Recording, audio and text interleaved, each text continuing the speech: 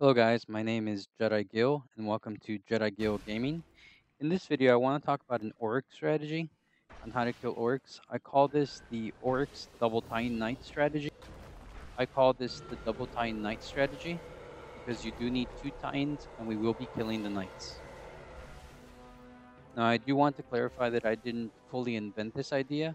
I got most of the ideas from Reddit. I basically compiled a bunch of ideas with my own friends, and in the end, we kind of got a perfected version of what I feel is a good org strategy.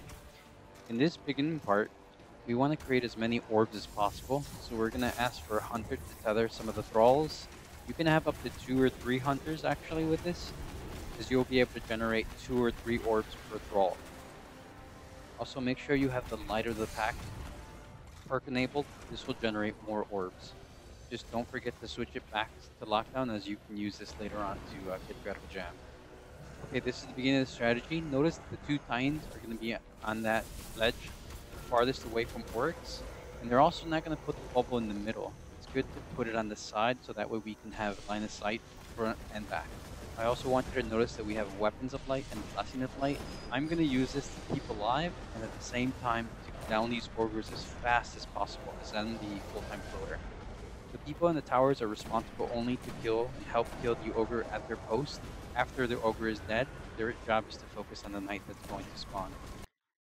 Now I'm going to pause it here because there's a lot of things that might have happened that you might have missed. A couple things that I do want to note is the Titans actually pop their bubble kind of around the time that Oryx is about to pound his fist. Doesn't have to be exact, but around that time. If you do it around that time, I've already timed it enough that by the time the relic holder comes back, the bubble should disappear and not get in your way. So that's actually kind of crucial. The other thing that I want to discuss is notice that I do have what we call a rotational floater. It depends. We all know the Oryx strategy, counterclockwise with the towers. And the fourth tower, no one needs to be on. So that's what we call a rotational floater. I've done the rotational floater role in 2 different ways. One, we can assign each person a certain tower, so they always remember what tower that is. But I would say a better method, if you want to maximize your DPS, is pick your main floater, the one with the best sniper rifle, and your second floater, the one with your second best sniper rifle. The way you do this is instead of each person being assigned a tower, you assign them a number. You're the first person to jump, you're the second person to jump, and you're the third person to jump. And then fourth and fifth person, which are the full-time floaters, and the rotational floaters will be in the center. Of course, it makes sense sometimes to make the rotational floaters the Titans since they're already at center. But if you notice in this video, I'm not a Titan, but I do have the best sniper rifle, so therefore I have that role. Now, very important. The most important thing I want you to walk away from this strategy is the relic holder and the timing. The relic holder has to announce the second he has the relic. That's key. Why is that key? Because the second he announces it, everyone that's on the tower has to go straight to the middle where the Titan bubbles are at. This is going to provide an overshield and keep everyone alive. After this, all we have to do is communicate, tell each other if there's knights in the front and the back that are still alive, and wait for the relic holder to come back to the center so we can start destroying those knights, remaining ogres, or eyeballs. Now, as I continue this video, I do want to point out a mistake I make. Notice that I came out of the bubble just for a second, but I died instantly. I shouldn't have done this. The only reason I exposed myself is because I knew I was a Sun Singer, and I needed to kill that ogre as soon as possible. Now note, we waited for the relic order to come. We killed the vessel. We killed the mobs in the front. We're also more pointed towards Oryx in the front. We're waiting for him to open his chest.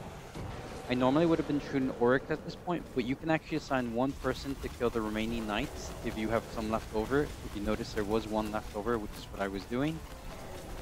Our team is fully communicating at this point. We just called out the mobs in the front. We called out the mobs in the back. Once the mobs are clear, the hunter's going to throw the invisibility bubble. I'm going to continue to hit the mobs to make sure that none of the remaining members, when they return to the bubble, will get killed. The relic holder has to continuously shoot Oryx. And as you know, there is a countdown. We usually count 1, 2, 3, touch to signify when to touch your orb. And everyone runs back to the center for the next phase. This is essentially the entire strategy. I think from this point on, you guys can kind of make it out yourself and explain everything. The only thing I do want to point out is when he does spawn that orb into the center, we did find it useful for people to reload often if they're using the Touch of Malice, as some of them had low health, and also to call out when he's about to swing his sword. The reason that's important is if somebody gets warped in and you know he's about to swing the sword, you can actually jump up and avoid a direct hit. Thank you for listening, guys. I'm going to let the rest of the video play by itself if you guys want to watch it, but primarily that's the full strategy. If you guys want to add anything to the strategy, I'd love to perfect it even further. I do want to thank the Reddit community for basically coming up with some of these strategies. I'm simply putting them together and making a nice video for everyone to understand. I often do this raid with a bunch of randoms. This group is actually a full pickup group from LFG. I taught them this strategy and we cleared it, I think it was on the second try.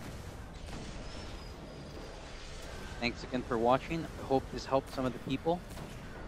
If anyone is wondering why I prefer this strategy over the no knight strategy, it's primarily because the ogres are actually quite powerful, and I found it to leave it a little bit to RNG whether the ogre might kill you with the eye blast or not.